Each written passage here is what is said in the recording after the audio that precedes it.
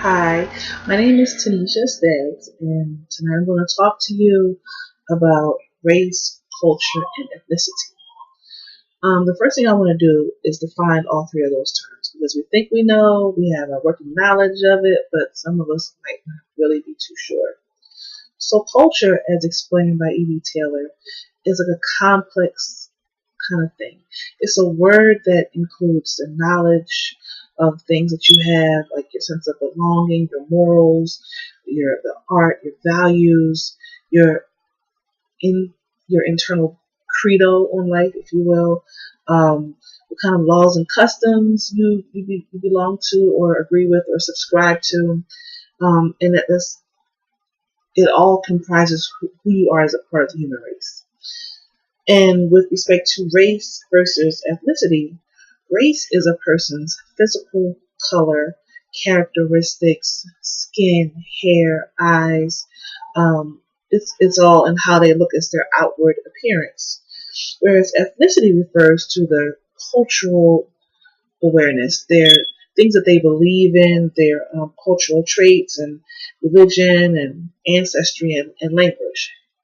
So I've had many conversations with people of different ethnicities. Prior to knowing the definition, I would say of other races, but let's just stick with this so far. So I had a conversation with someone who is black on the outside, but they're a native of Vietnam. When you see this person, you see a black person, but once they start talking, you hear their accent. Um, they they don't act like the stereotypical image of a black American, a black African, or any of that. They act like a black Asian person when they're specific to Vietnam. And what that person said to me is, I might be black, but I'm Vietnamese. And I didn't really get it until I did like a little bit of research. So, in speaking with them, we discussed several different stereotypes that are both true. Some of them are unfortunate, but they're true. I was invited to their home, and I was nervous. I was leery because what happened was I was afraid of what am I going to eat. I'm going to talk about, these Vietnamese people are so small, and I'm 6 feet tall. So I'm like, what am I going to have in common with them? And they, on the other end of the spectrum, were preparing for me. Like, they made chicken, thinking that I would be partial to that, which I was, thank God. They had made something that I was able to eat.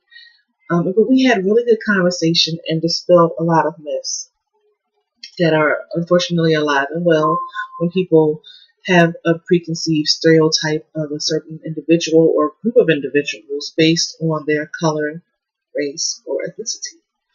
Um, and I just want to be very, very transparent with those that I teach. I want to be very, very open. I want to be honest. I want to be real. I want to be a person who is aware of the time in which we live from a professional level.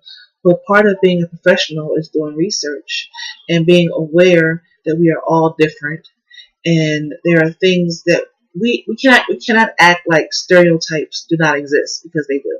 If we act like people don't already have preconceived notions in their minds about others, then we're kidding ourselves.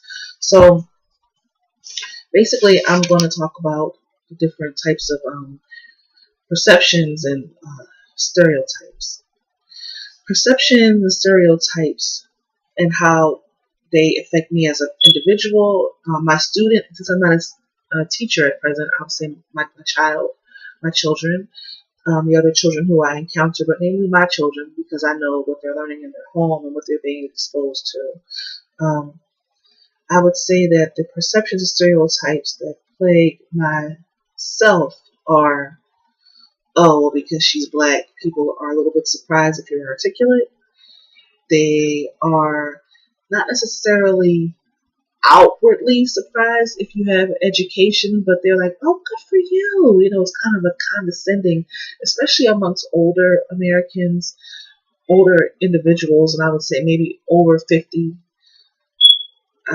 This is a perception that I have and that I've experienced. They tend to be a little caught off guard when you have certain knowledge of things. Um, so I would say that surprise with testing and grades and articulation is a stereotype with respect to race or ethnicity.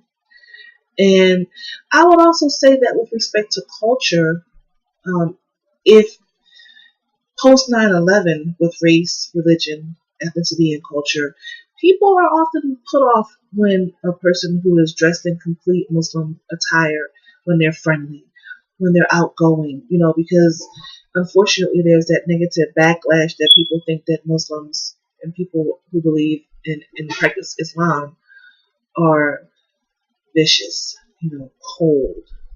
Those are some of the words that people would often use to describe them. With respect to the student or the school, I would say that my daughter was met with a little bit of backlash when she packed her lunch. And there was a time when she would say, "Oh, mommy, why are you packing my lunch?